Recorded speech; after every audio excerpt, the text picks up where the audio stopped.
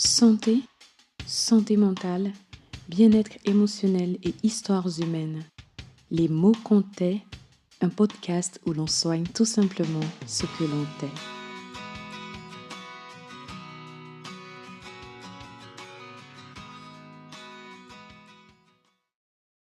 Bonjour à tous, chers auditeurs de la Radio Jenna, je suis Délivrance T et c'est un plaisir de vous souhaiter la bienvenue dans ce nouveau numéro du podcast Les mots comptaient, le podcast où nous parlons de ces choses douloureuses, petites ou grandes, que nous avons l'habitude de passer sous silence. C'est vraiment un plaisir, ce ne sont pas que des mots.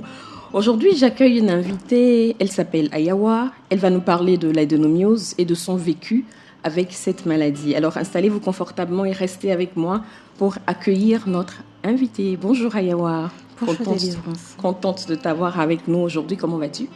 C'est un plaisir, je vais bien. Je suis contente, vraiment contente de t'avoir. Et puis ton sourire. Est-ce que tu peux te présenter à nos auditeurs, s'il te plaît, toi-même?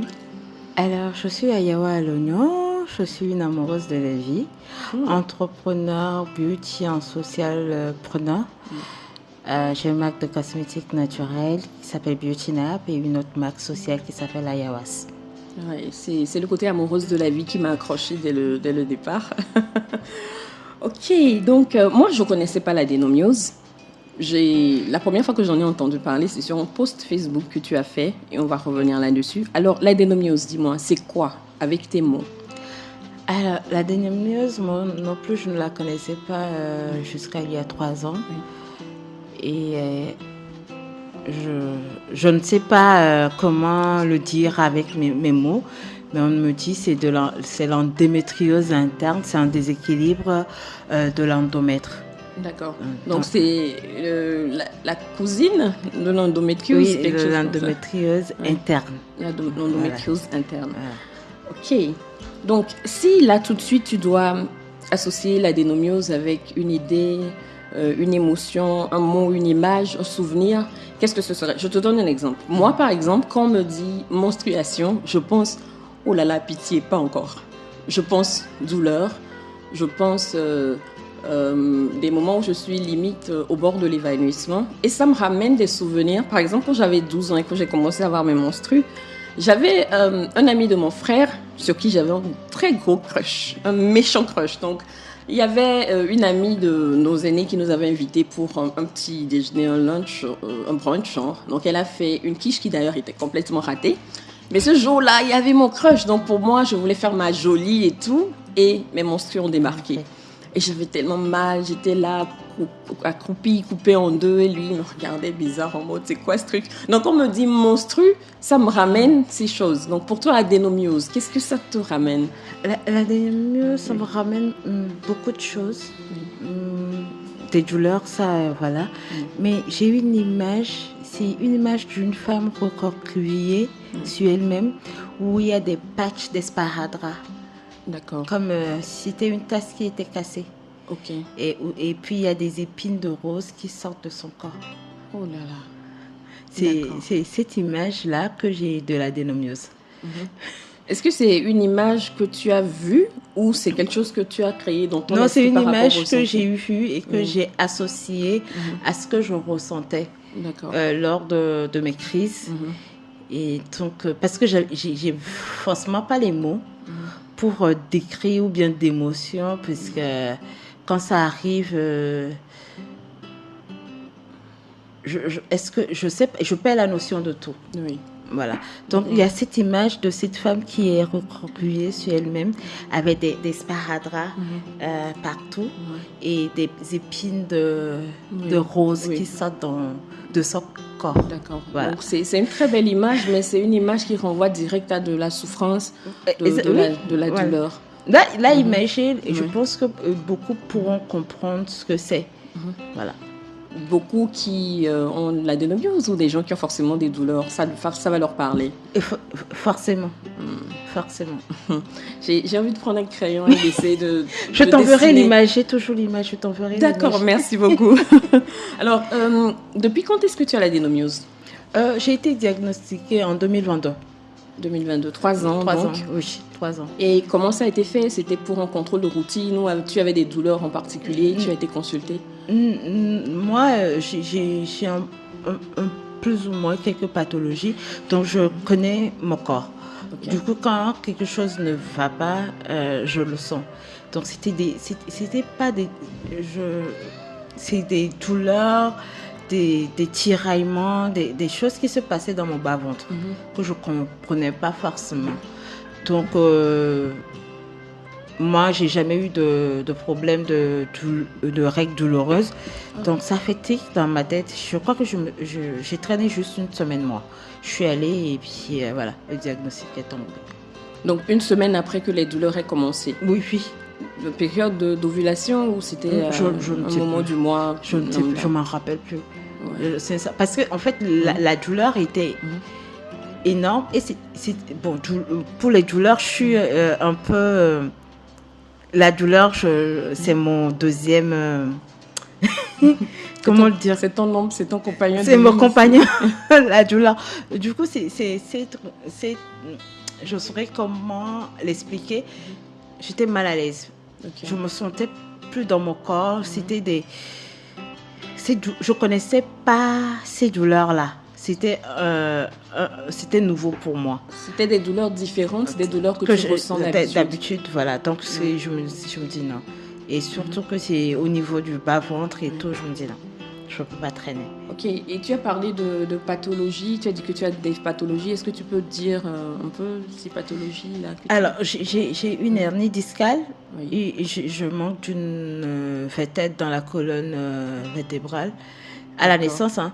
Et puis après, j'ai eu un accident qui a fait que le disque entre les vertèbres, vu qu'il n'y avait plus de vertèbres, il n'y a jamais eu de vertèbres en gros. Donc, ça s'est tassé ou ça s'est déplacé? Ça s'est déplacé, donc c'est comme ça. D'accord. Donc tous les jours, c'est 8 sur 10. De douleur? Oui. Continuellement? Oui. Donc là oui, j'ai mal. Un 8 sur 10. Oui. Ben, à te voir, on dirait, waouh, pas du tout. Ok. Mais oui, voilà. Longtemps, je n'avais plus mal. Pas que je n'avais plus mal, je ressentais plus la douleur. Donc, j'ai fait le truc inverse où j'ai réappris à sentir la douleur. Je crois que c'était à cette période-là, c'est pour ça que ça m'a alarmée. Parce que je ne connaissais plus l'intensité des douleurs. Et là, c'était à un niveau assez élevé. Donc, voilà, quoi. D'accord. Entre autres, et je crois que j'ai aussi une tension oculaire. Voilà. Entre autres pathologies. Voilà. Donc, on a une hernie discale, tension oculaire et d'autres choses dont on parlera peut-être. Est-ce que tu peux nous parler des symptômes de l'adénomiose? Quand tu as, par exemple, une crise qui se déclenche, comment est-ce que c'est? Qu'est-ce que tu ressens dans ton corps? Alors, c'est lors de l'ovulation. D'accord. Donc, c'est juste après mes règles, ou bien 14 jours, ou bien peut-être 10 jours. Les 10 jours qui vont suivre, et là, c'est des contractions. Et les femmes qui ont déjà accouché savent que c'est des contractions comme si tu allais accoucher. D'accord. Voilà. C'est vrai que la première fois que j'ai vu ça, c'était à un mois où j'étais chez le gynéco. Je me dis, je sais quand même pas un déni de grossesse, sinon je l'aurais su. Donc c'est des contractions, tu ne sais pas s'il faut s'asseoir, s'il faut s'allonger, s'il faut être à genoux, s'il faut. Donc c'est toute la zone du bas du ventre qui te tiraille, on dirait des coups de poignard. Oui, voilà. Et donc ces genres de crise, voilà, ça accentue les syndromes post-menstruels où on est carrément malade, carrément malade. Et ensuite d'autres symptômes? Oui, peut-être les saignements lors des rapports sexuels. Je ne sais pas si c'est des symptômes ou pas. Ben voilà, ces genres de trucs. J'imagine que ce sont des symptômes parce que tu n'avais pas de saignements avant l'adénomiose. En fait, je pense que les saignements étaient précurseurs. Je les avais, mais bon, pour moi, j'avais pas mal en fait pour les saignements. Quand ça a commencé, j'avais pas mal lors des rapports sexuels. C'est juste des saignements. Voilà. Et là maintenant, tu as mal? Lors des rapports sexuels? D'accord. Fais comme si j'ai pas posé la question. D'accord. Est-ce que tu constates une évolution dans les symptômes? Je veux dire, depuis que tu as été diagnostiquée, maintenant, est-ce qu'il y a une évolution? Parce que j'ai lu quelque part qu'il pouvait y avoir une évolution, les symptômes peuvent s'aggraver pour certaines personnes. Est-ce ton cas? Alors, moi, à chaque cycle, un level de débloqué. Les symptômes changent. Des fois, même j'oublie. Genre, je sens, mais en fait, à chaque cycle, c'est nouveau. Nouveaux symptômes, c'est des nouveaux sensations, de nouvelles sensations. Et voilà, quoi. Donc, de cycle en cycle, l'adénomiose te sort de... Ouais. Comment on dit ça? Achanyer, quoi. Effectivement. Ok. Et à partir du moment où tu as été diagnostiquée, comment ça s'est passé après pour la prise en charge, le suivi, l'accompagnement? Comment ça a été? Alors, c'est un sujet... j'aime pas trop en parler parce que je veux pas jeter les gens à la vie populaire. Moi, l'annonce, je n'ai pas aimé.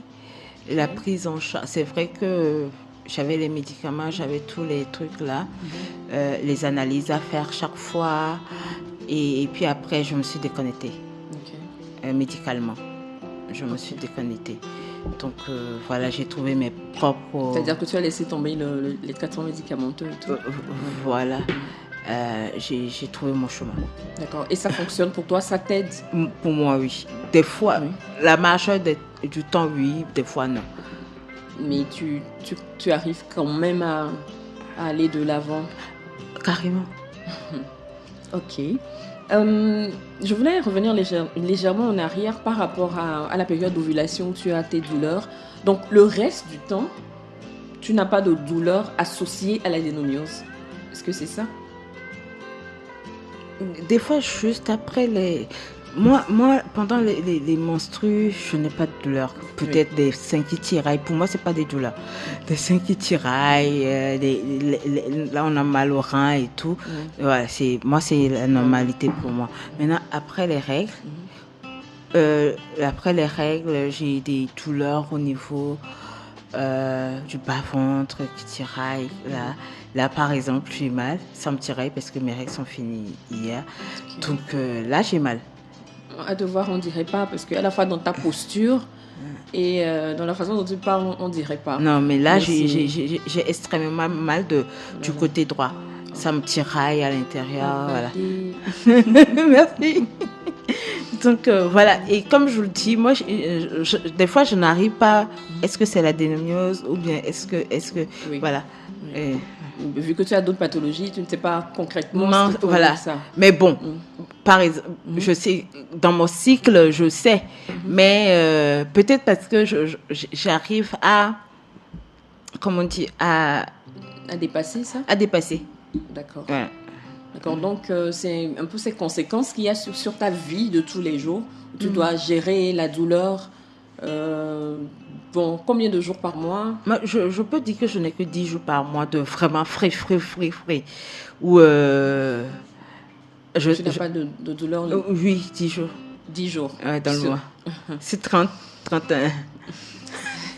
Ça fait peur, en fait. Non, mais en même temps, non, ça fait pas peur dans le sens où j'en parle pas vraiment parce que je veux même pas dire que j'ai accepté la douleur. D'autres le vivent très mal et c'est légitime en fait.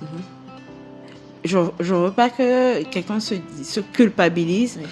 Parce qu'on me voit rayonnante, on me voit tant, dit non, elle peut pas, non.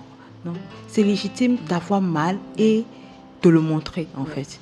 C'est parce que l'autre arrive à accepter, à gérer que moi j'arrive à ne pas gérer, je vais me sentir coupable. Non. On se sent moins.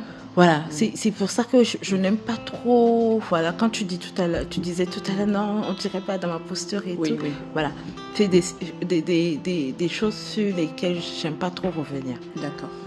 D'accord. Mais l'idée, vraiment, tu as raison, l'idée, ce n'est pas de faire que les autres se sentent mal. Ouais. Mais c'est, dans ce cas précis, pour parler de ta vérité. Voilà, de moi, mon vécu, de ma vérité, de tous les jours. Oui.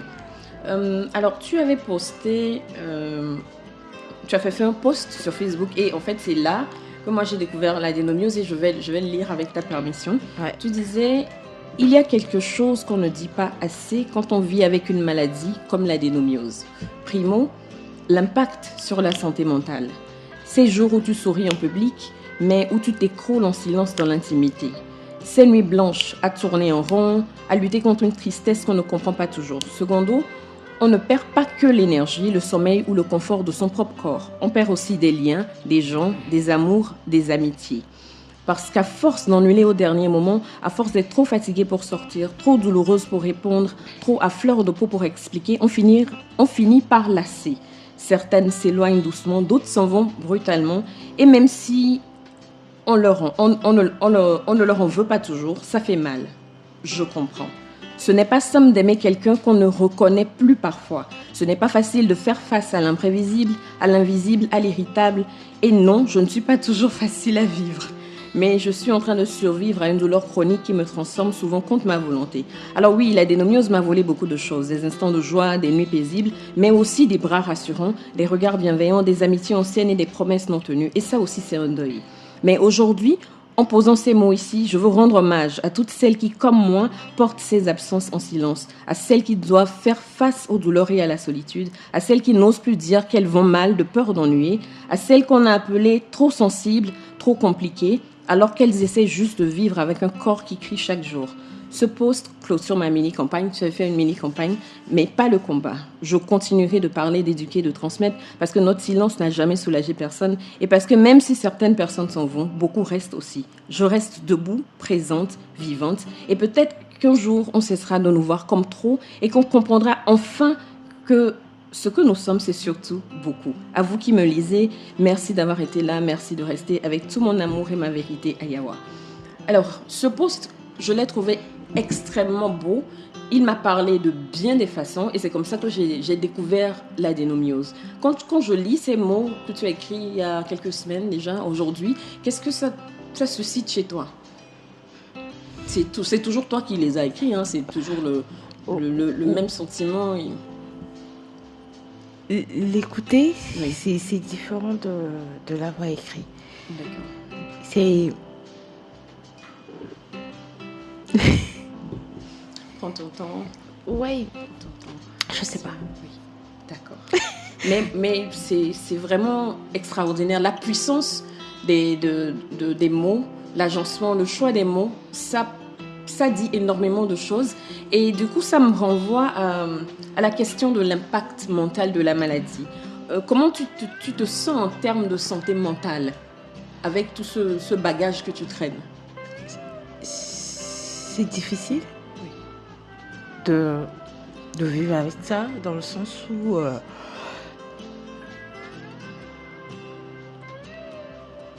on a l'impression...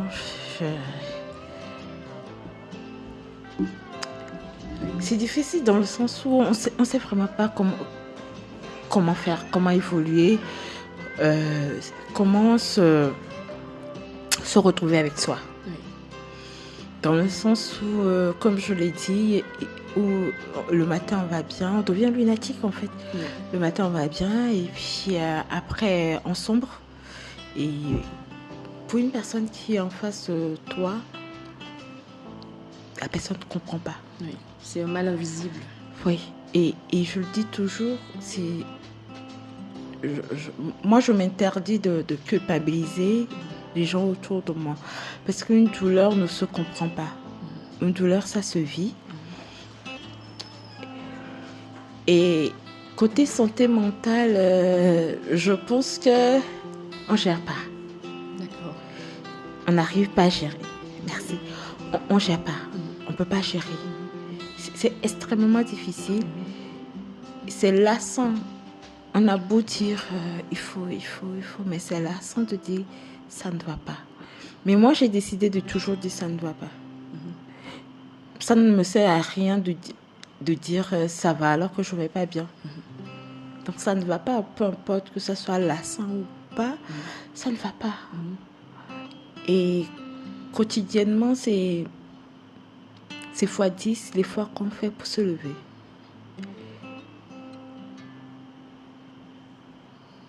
C'est vraiment compliqué d'avoir cette charge constante.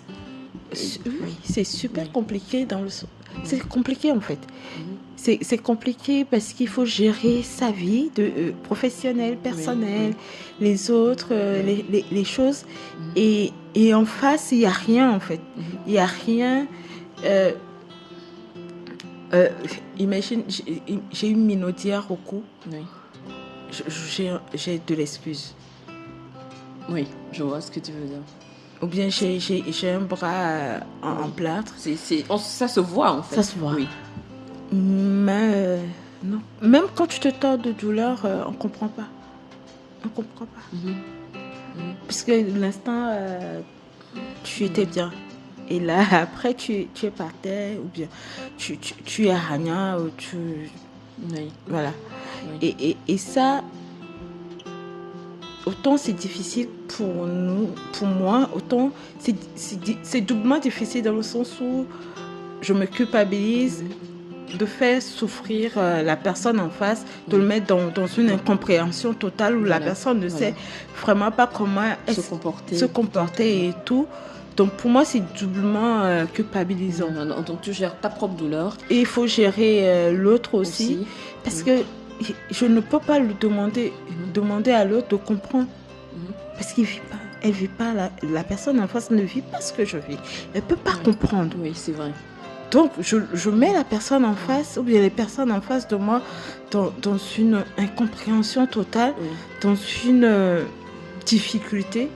Parce que l'instant après, la personne peut poser des actions qui peuvent peut-être me blesser ou pas. Oui. Donc, c'est super pesant. C'est pesant, oui. Je peux imaginer à quel point ça l'est. Est-ce que... donc, en fait, tu dis que tu n'as pas du mal à dire aux autres, ça ne va pas. Donc, par exemple, si tu as un rendez-vous, je vais dire professionnel, parce que je pars du principe que les amis vont comprendre. Tu as un rendez-vous professionnel et tu as tellement mal que tu ne peux pas te déplacer. Est-ce que tu dis à la personne, voilà, je ne peux pas venir parce que j'ai des douleurs, j'ai l'adénomiose, ou tu trouves des excuses? Je ne vais pas bien, je ne peux pas venir, me suffit à moi. Je ne vais pas dire j'ai l'adénomiose, machin. Non, je ne vais pas bien, je ne peux pas venir. D'accord. Et en général, comment est-ce que les gens réagissent quand tu leur dis ça? Je ne vais pas bien, ils sont face à une douleur invisible, comme tu viens de le dire, ils ne peuvent pas comprendre. Comment est-ce qu'ils réagissent? Alors, majoritairement, les gens ne réagissent pas négativement. Parce que souvent, les gens disent, mais tu es tellement solaire. En fait, attends, il n'y a pas de doute, mais les gens disent, non, à toi, non, tu ne peux pas me dire ça, non, voilà. C'est pas négatif, mais bon, ça reste une pathologie invisible, un handicap invisible. Et peut-être, des fois, quand, je ne dirais pas la chance, quand les gens regardent sont en face du changement, l'instant où tu es bien, l'instant où ça ne va pas, puis ils comprennent un peu, ils disent, en fait... Ou quand peut-être je me retrouve avec une autre personne qui vit la même chose, des fois ça aide l'autre à comprendre, en fait cette personne qui est à côté de moi vit ça tout le temps. Quand elle me le dit, au final c'est devenu une habitude, ok je l'accepte, elle ne va pas bien, elle a quelque chose. Mais quand une autre personne me dit, d'accord. Tu sais, même si ce que ça m'inspire, c'est que même quand on a les mêmes maladies, par exemple tu as l'adénomiose, en supposant que je l'ai aussi, on ne le ressent pas pareil, j'ai envie de dire. Voilà. Tu comprends ma douleur, je comprends ta douleur, mais ça va dépendre d'un tellement de facteurs différents. Par exemple, on est là, tu as l'adénomiose, j'ai l'adénomiose, et j'ai une personne en face de moi qui vit avec moi tout le temps. Oui. Qui ne dit avec mes mots, peut-être avec le temps, la personne s'y habitue. Jusqu'à ce qu'une tierce personne aussi exprime avec ses propres mots. Oui. Et son ressenti. Et la personne à côté comprend. Des fois, c'est comme une voile qui se déchire. Ok. Il y a un bel blanc. Voilà. Ça aide. C'est pour ça, c'est dans ce sens-là où je me dis, quelqu'un qui a une fille, une femme, une soeur qui a des douleurs menstruelles tous les jours, en lisant mon post, va se dire, attends, c'est ce que ma soeur vit, c'est ce que ma femme vit, c'est ce que ma fille vit. Oui. C'est différent quand c'est l'intéressé même qui en parle. Oui, certainement. Et puis, quand on a peut-être une sœur ou une conjointe qui souffre de ce type de maladie, peut-être que la personne n'a pas les mots pour le dire de la façon dont toi, tu l'as exprimé. Et ça a un impact, en fait. Oui. Est-ce que tu as des gens pour en parler, des amis, ou peut-être tu te tournes vers des thérapeutes? Est-ce que des gens sont là autour de toi pour t'aider dans tes moments noirs où tu plonges mentalement et tout? Je dirais que j'ai un bon environnement. Des gens qui savent ce que je vis. Des gens qui l'ont accepté. Bon, la majorité, hein, il y aura des gens qui, peut-être, je ne sais pas. Mais la majorité, mon cercle proche, c'est ce que je vis. Et je pense que ce cercle-là m'aide énormément à me sentir bien. À dire non, là, tu ne bouges pas. Hein. Non. Tu vas pas bien, tu peux pas y aller. Genre, parce qu'à un certain moment, quand tu vas pas bien, toi-même, tu as quand même envie de bouger. Elle dit non, tu bouges pas. Et les autres s'appellent, non, elle va pas bouger. Merci aux amis qui ont plus conscience de ta douleur que toi-même.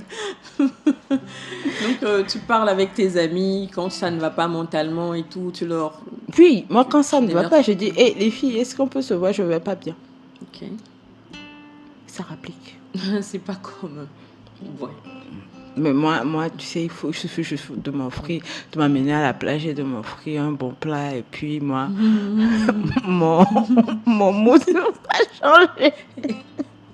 Elle dit Dina douleur à Guatori. D'accord, donc, en fait, en tout cas, c'est une bonne chose d'avoir des amis pour vous offrir des bons plats à la plage avec les pieds dans le sable. Ouais. Du coup, tu ne consultes pas de thérapeute? Actuellement, non. Actuellement, non. Ce que je fais à l'approche, après mes règles, j'ai mes petits rituels que je fais. Okay. Mais j'ai toujours ma bouillotte sur le lit. De quelques gestes, quelques exercices. Puis des exercices qui vont aider à la relaxation, peut-être, quelque chose comme ça. Okay. Ouais. Et puis marcher les pieds nus aussi m'aide. Et les matins, je prends beaucoup de bains de soleil. Ça m'aide énormément dans le monde de bains de soleil. Ouais. Oui. C'est important les bains de soleil. De soleil, super important. Oui. Ça relâche le corps. Et... Faut pas se dire le soleil ça va brûler ma peau. Mais non, oui, mais il faut toujours utiliser une protection solaire. Ah oui. Il faut utiliser une protection solaire. Bon, voilà, je prends note. Alors, tu as une journée, tu disais aujourd'hui tu es à 8 sur 10 en termes de douleur. Oui. Et quand tu te réveilles au saut du lit avec cette douleur à 8, tu te dis quoi? C'est quoi le moteur qui te fait avancer malgré cette douleur? Je dirais que... Oh, moteur. L'engouement. L'engouement. Qu'est-ce qui te fait avancer? Bon, mais... Qu'est-ce qui te fait avancer en fait? Quand tu te lèves, tu sais que tu as super mal. Parce que 8 sur 10, c'est quand même pas... c'est pas une petite douleur. Mais comment tu... Je sais pas, comment tu fais pour continuer? Tu te lèves le matin, tu arrives à poser le pied par terre, à programmer ta journée et à continuer. Alors, je ne programme jamais ma journée. Jamais? Jamais. Ok. Par exemple, là, ce rendez-vous, oui, je sais que j'ai ce rendez-vous. Après, je ne sais pas ce que je vais faire. Ok. Et ensuite, autant j'aime mon lit, autant des fois, il y a un petit nez quoi, je vais aller dégager. Le lit même te fout dehors. Non. Et il faut savoir que j'ai appris à vivre chaque instant. Et les motivations, moi, je n'ai pas de... Désolée, ces trucs où il faut se motiver, machin truc. Non, c'est pas mon deal en fait. J'ai mal, oui, j'ai mal. Est-ce que je dois faire quelque chose sur l'instant? Bon, si ça me dit je fais quelque chose, si ça ne me dit pas, bon, je fais rien. Aujourd'hui, je me suis réveillée je suis une lève tôt. Je me suis réveillée à 5h, j'ai quitté le lit à 9h. Ok. Voilà. Donc, des fois, ça dépend de comment je me suis levée, je me suis réveillée, comment je veux vivre ma journée. Ça, c'est très... Comment je veux vivre ma journée. Est-ce que, bon, je me lève, je suis à mon compte, je viens au boulot, est-ce que je vais passer toute la journée allongée? Mais je travaille toujours, peu importe que je sois allongée, assise ou pas, je travaille toujours. Toujours. Ton cerveau est en train de carburer. Oui, oui, c'est l'une de mes pathologies aussi. Et voilà, oui, je suis... Une pathologie où le cerveau carbure non-stop. Non-stop. Je réfléchis tout le temps. Il faut que je me puise pour pouvoir dormir la nuit. Et voilà, aujourd'hui, le magnésium m'aide un peu. Mais puis, voilà. Et... Donc, ton cerveau, il ne sait pas ce qu'on appelle pause ou stop. Non, il faut que je me puise. Il faut que je fasse énormément de sport. Et malheureusement, je ne peux plus faire de sport aujourd'hui par rapport à mon dos. Oui. Donc, voilà. Tu peux marcher, faire non, marche. Non plus. Non plus. Parce que ça agit sur la sciatique qui est au niveau du genou. Donc, voilà. Mais par contre, je peux danser. Tu peux danser? Quel genre de danse? Non, n'importe quelle danse. J'adore danser. Ouais. Les gens s'étonnent toujours quand ils me voient danser. J'adore danser. Depuis toujours, j'ai toujours aimé danser. Donc, les soirs, quand je n'arrive pas à dormir, je mets la musique à côté de mon lit, je me lève, je danse. Et puis après, je vais prendre une bonne douche et je dors avec ma bouillotte à côté. J'ai tellement envie, mais je ne vais pas le faire. J'ai tellement envie de te demander de me faire une démo de danse. Tu ne peux pas savoir à quel point, mais je ne vais pas le faire. Tu vas tirer à terre. 1000 fois à terre. Alors, tu dis que tu ne culpabilises pas. Non. Tu n'as pas honte d'en parler. Tu parles aux gens. Et je pense que c'est aussi un message qui est important à faire passer. Quand on a des douleurs et tout, ce n'est pas de ton fait. Si tu as l'adénomiose, ce n'est pas ta faute. D'ailleurs, est-ce qu'il y a des causes? Des causes, dans ton cas, est-ce qu'il y a des causes pour ton adénomiose ou c'est juste des choses qui arrivent? Alors, je crois qu'on en a parlé la dernière fois. Oui, mais vu que les autres n'étaient pas là. Non, mais oui. Moi, des causes, on m'a dit peut-être, on m'a posé une question, j'ai dit oui. Est-ce que c'est moi qui ai posé la question, est-ce que ça pourrait être la cause? On m'a dit peut-être, puis c'est fini. C'est l'une des choses qui m'ont fait extrêmement mal, parce que ça a failli me culpabiliser. Mais ensuite, j'ai fait beaucoup de recherches et je dirais que aujourd'hui l'adénomiose, l'endométriose, toutes les maladies qui sont liées au cycle menstruel. Et il y a beaucoup de l'alimentation dedans. Ouais. Ensuite, il y a eu ce truc que le corps féminin a endormi. Oui, c'est-à-dire? C'est-à-dire, je pense que le corps féminin, selon moi, oui. Et je vais aller un peu spirituellement. Pour moi, ce n'est pas de la spiritualité parce que le corps, Dieu en créant le corps féminin l'a programmé à se gérer et la modernisation a fait que, bon, on n'a pas laissé le corps se faire les choses lui-même.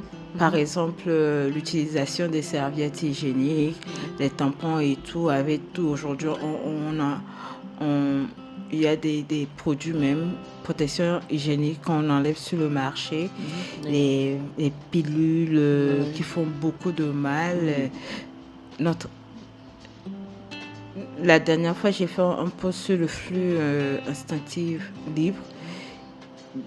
On ne me dira pas qu'au Moyen-Âge, pas au Moyen-Âge, bon, voilà.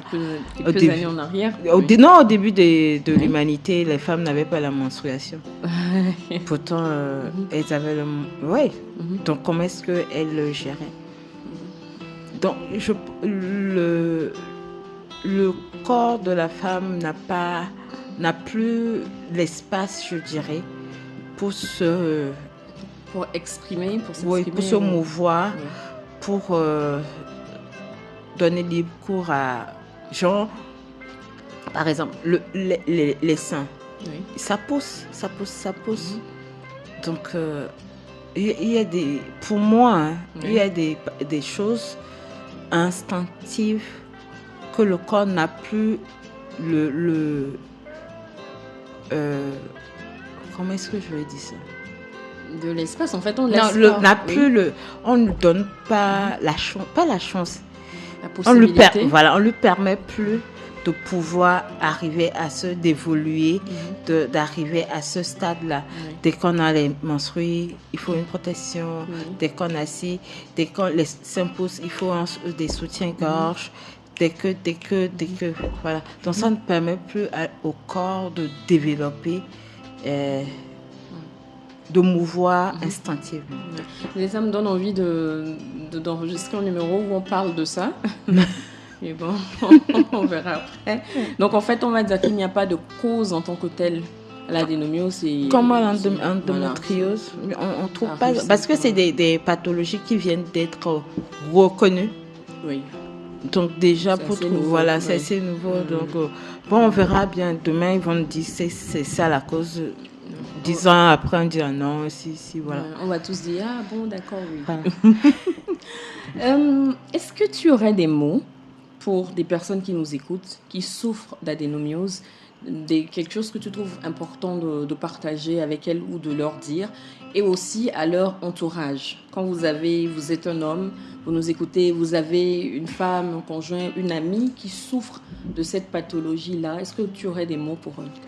Alors, déjà aux femmes qui souffrent d'adénomiose, d'endométriose, de SOPK, de toutes les pathologies liées au cycle menstruel, je dirais que vous êtes légitime. On n'a pas le droit de se cacher. Donc, osez parler. Même dans la douleur, même dans les pleurs, peu importe, dire je vais bien alors que non, je ne vais pas bien. Dites je ne vais pas bien en souriant. D'accord. Bon, si la personne en face a de l'empathie, saura que vous n'allez pas bien, mais que vous voulez garder la tête haute. Maintenant, aux proches, c'est difficile parce que chaque environnement avait ses croyances, ses habitudes et tout. Et je dirais juste d'être empathique, de voir au-delà de la gêne que ces moments-là entraînent ou bien font ressentir. D'être présent, la présence, l'écoute et tout, faut forcément pas vouloir dire quelque chose, on n'en a pas besoin en fait. Être juste là, faire rire, donner à manger.